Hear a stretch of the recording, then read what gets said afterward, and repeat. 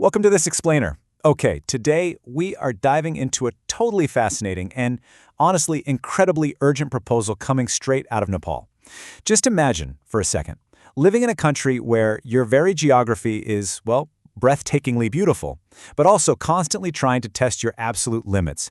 You've got the Indian and Eurasian tectonic plates colliding right beneath the surface, continuously pushing the mountains higher and making massive, landscape-altering earthquakes just an inescapable reality. For centuries, the nation has survived these extreme natural forces, but, surviving really isn't the same thing as thriving. When I was digging into this material, I was genuinely blown away to discover a groundbreaking proposal. They want to establish a brand new academic discipline in Nepal, one that's purposefully designed to completely flip the narrative from mere survival to engineered, deeply studied resilience. All right, here's a quick roadmap of where we're headed today. First, Nepal's disaster ecosystem.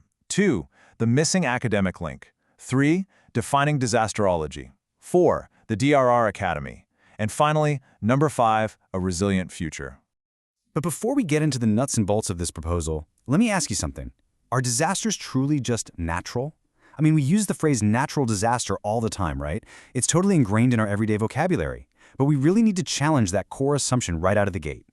Are massive catastrophes purely these unpredictable acts of nature? Or do human choices, development plans, and local governance actually play an equally massive role?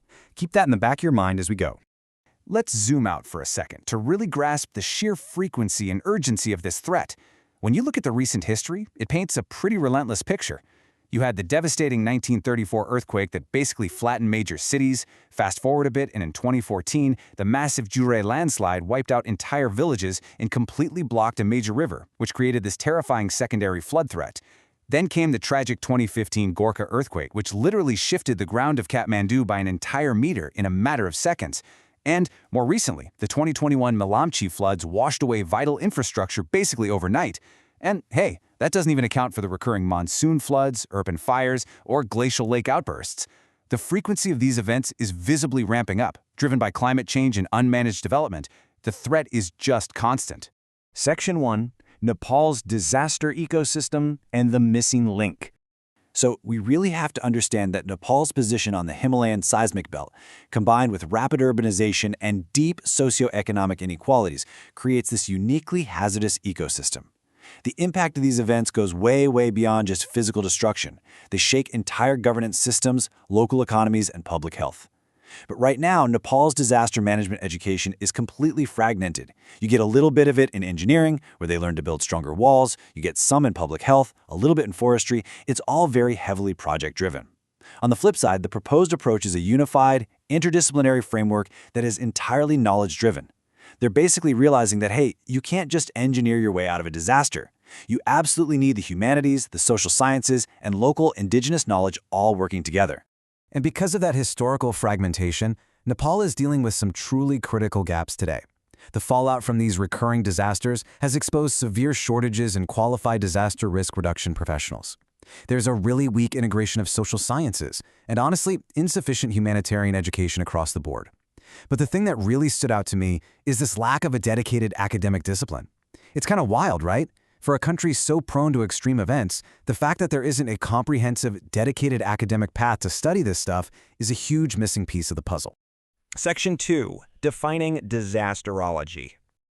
To fix this massive gap, experts are proposing a completely new, paradigm-shifting academic discipline under Tribhuvan University's Faculty of Humanities and Social Sciences.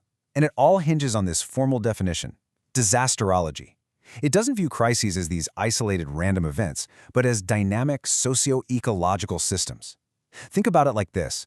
A heavy torrential rain hitting a mountain is just nature doing its thing.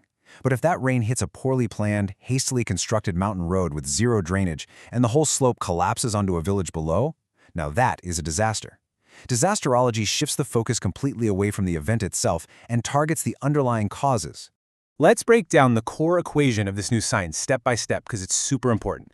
Disasters literally only happen when these specific elements collide. First, you've got the hazard, the earthquake, the flood, whatever it is. But an earthquake in a completely empty desert isn't a disaster, right? It's just geology. You need step 2, exposure. That means people and infrastructure are actually built in harm's way. Then you add step 3, vulnerability, the socioeconomic, political, and institutional weaknesses that make those specific people susceptible to the hazard. And finally, the ultimate outcome is decided by step 4, capacity and resilience, basically a community's ability to prepare, respond, and bounce back. This multi-dimensional framework proves that literally everything, from poverty and local traditions to climate change and even cyber risks, plays an equal role in crisis management.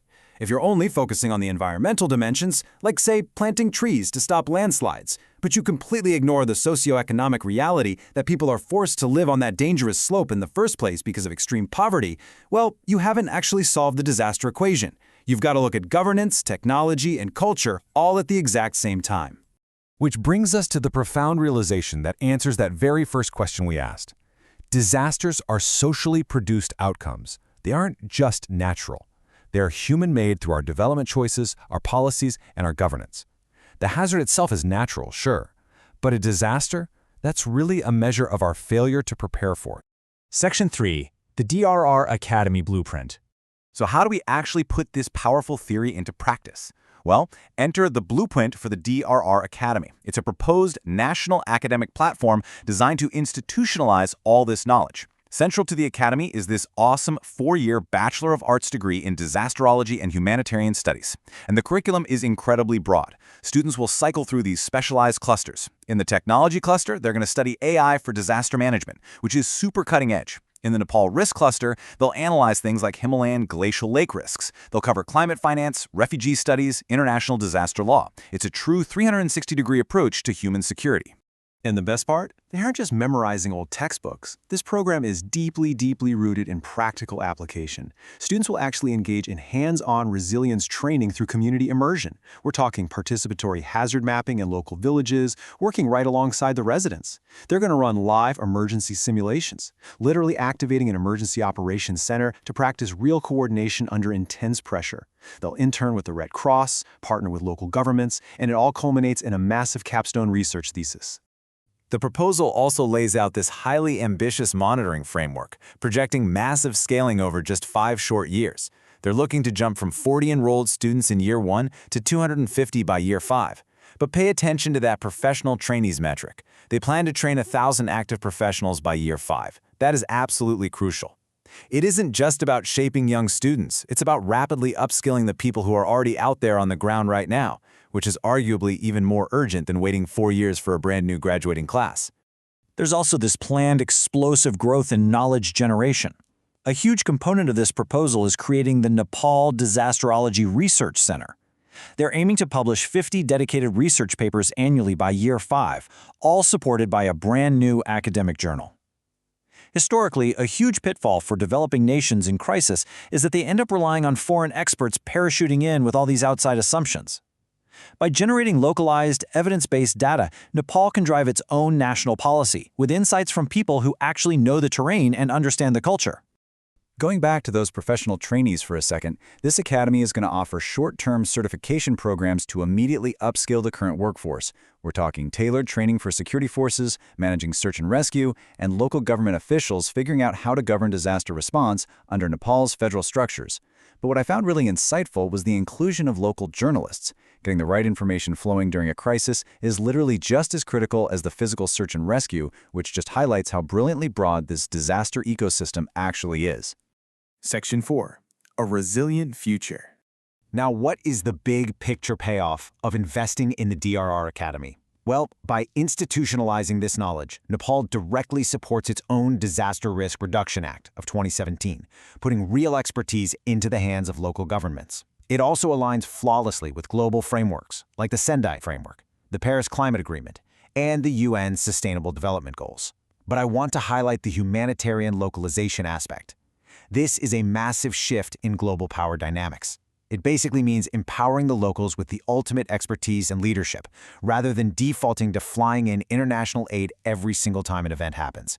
The capability, the knowledge, the power, it all stays right there in Nepal.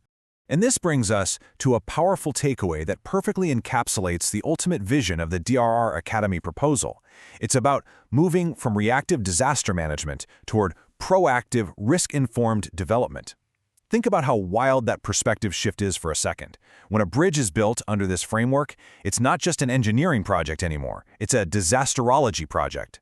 It becomes an active, thoughtful exercise in human security.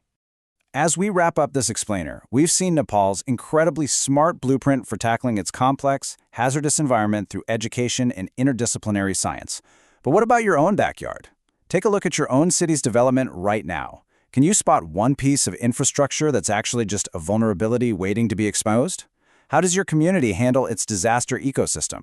Are you all just reacting to the hazards, or are you actively working to reduce those vulnerabilities before they ever have the chance to strike? Something to think about. Thanks for joining me on this deep dive into disasterology, and I'll catch you in the next explainer.